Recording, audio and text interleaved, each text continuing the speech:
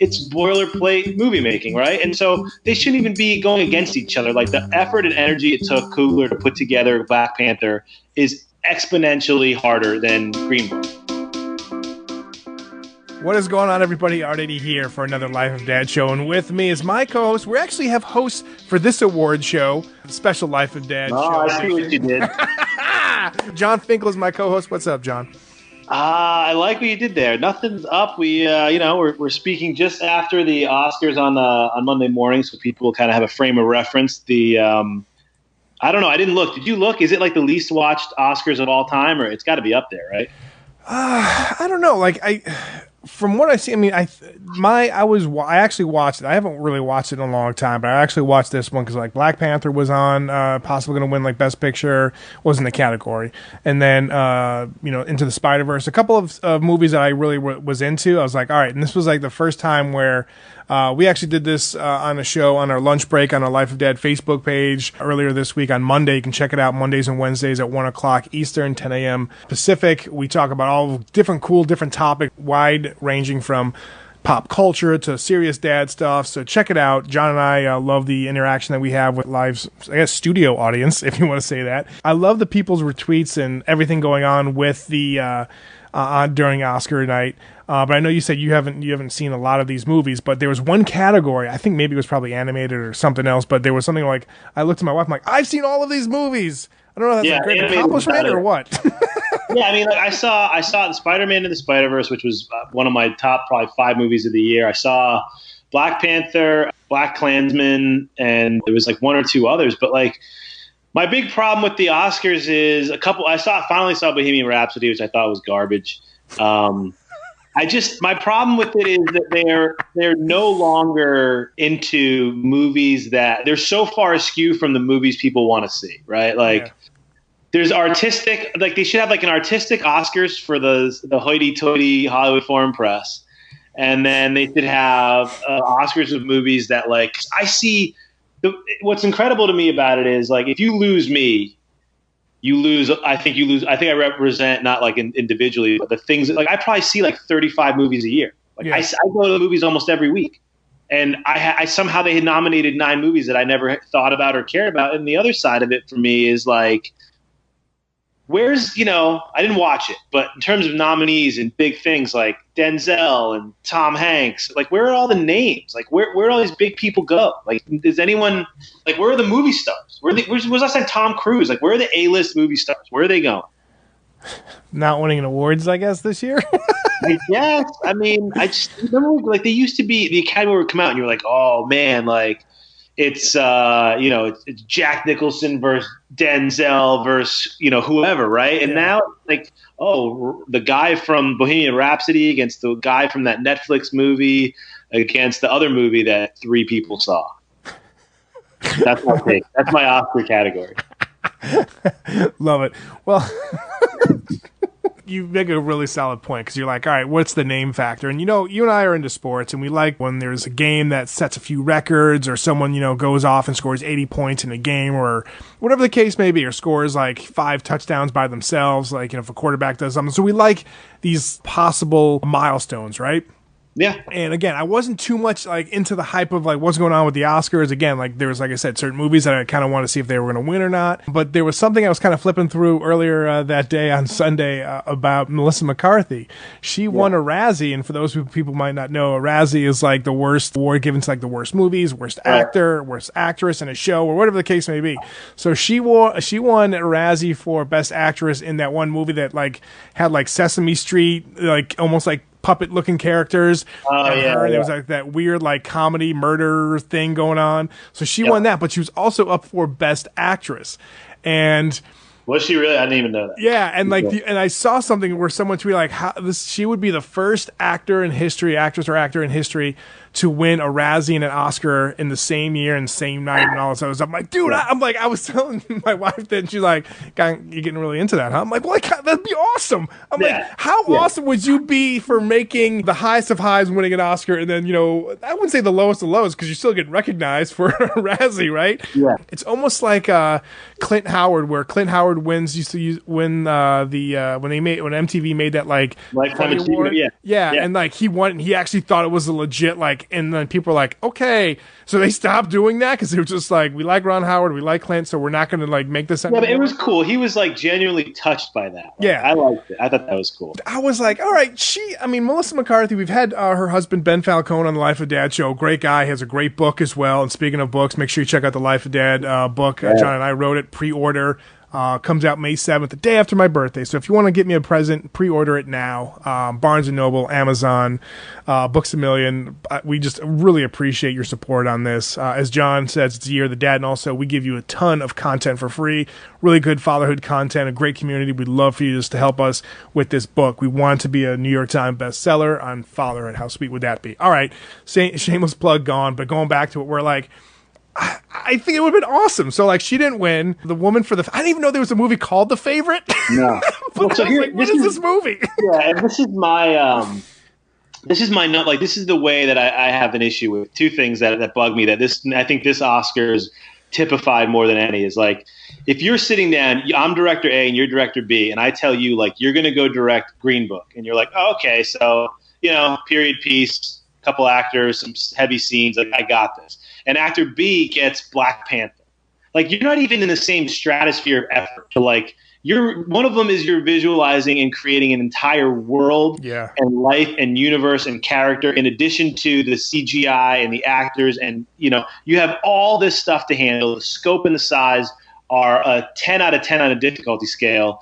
And on something like the Green Book, it's like a 2, I guess, 1. Like, it's boilerplate movie making, right? And so they shouldn't even be going against each other. Like, the effort and energy it took Coogler to put together Black Panther is exponentially harder than Green Book. And so how do you compare those two? And then the other thing that bugs me is when, like, I think for a performance like the guy who won for Bohemian Rhapsody, they should do like most outstanding imitation, right?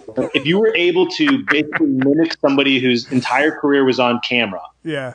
You then should get a totally different award than somebody who created a character out of whole cloth or like pulled it off a book or something. Like, it's not the same thing. If A and B, if actor A has, hey, here's the screenplay, we got to figure out what, Rocky is, right? Or you're going to create Apollo Creed or whoever, pick your guy. And actor B is like, here's 4,000 hours of film of this guy, just copy. Yeah. To me, it's so stupid. It doesn't even feel like the same competition. No, you're right. I mean, there's again, you got to look at think about it too, where it's like the Olympics, right? Where you have the same people are going up against the same odds, right? You're going up against whether it's racing. Okay, everyone's going to be trying to run the fastest and all that, but it'd be like if these directors were running a race, it's like, all right, Kugel, you got to go over this hurdle, which is a little bit higher. Then you have to jump over this thing and this stream as well, while these other directors don't have to. Again, each movie is different. Each movie is going to have their own problems. I get it, but I 100% agree with you on that. You're not going to satisfy anybody, and it seems like the Green Book that won, a lot of people were just crapping on it. They won like from all sides of like Twitter, and like the only people that were happy were actually the studio and the people that were involved with that film. Yeah, it's funny. I was thinking about it. What's her name? Mahershala Ali. Like, the thing I was excited most for yesterday was or it would be Sunday when people listen, was the True Detective finale. And like, he is so good. He's amazing in that show. He was amazing in what was it? Was it Luke Cage? He was in Luke Cage, right? Luke Cage, yeah. He's incredible. And for some reason, he somehow has won for 2 movies I can't even fake an interest in going to see. Nice. So the reason why we want to do kind of like a post-Oscar show, even though it's a few days past, but we had the idea on doing the lunch break show where it was like, we should have a parenting award show, right? Okay, like, let's get real. Let's get, like, what would parents win for? And we had a lot of people, you and I, of course, weighed in on it. And then we had a lot of people weigh in our audience, and it was great. There was one for, like, Antonio said best driving award while his kids were throwing a tantrum in the back seat, which you and I definitely loved. AJ Cliff said being able to hold a laugh when your kids do something hilarious but bad and naughty.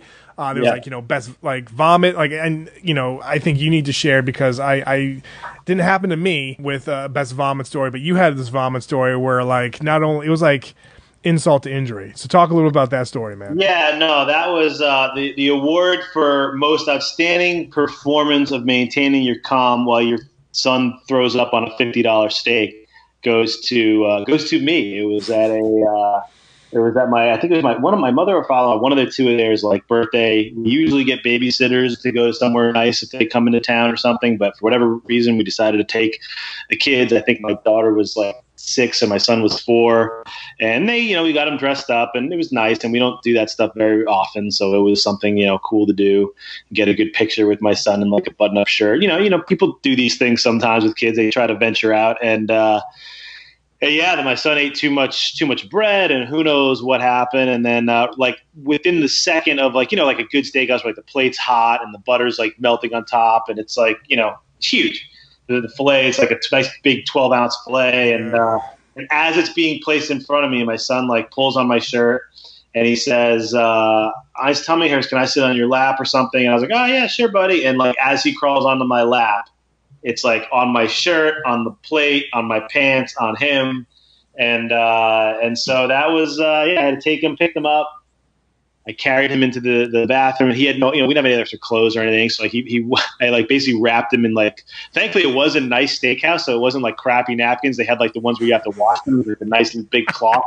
Yeah. So he had like almost like an old Mike Tyson, like coming out in Mike Tyson with just a head on, like I kind of tied a couple together, carried him out of the nice steakhouse in the car. We waited for everybody to finish their dinner in the car. It was wonderful. Man, okay, so you didn't even say that part of the story on our Facebook Live show. You wait, like, wow, again, real MVP right there, man, because you waited, and, your kid's not feeling good. You have a ticking time bomb in the car because you could throw up again, and then, you don't have the food. Everybody else is enjoying, well, I don't know if they're enjoying the food because they saw, like, some upchucking. Yeah, I think they were okay. Here was the reason that worked was, for whatever reason, my food, like everybody got relatively the same things. Mine took like 10 minutes late to get out. Like, so it wasn't as bad timing wise as it seemed. Like everybody was already kind of wrapping up, and I was already kind of annoyed that like my food, for whatever reason, whatever I got it just was taking forever.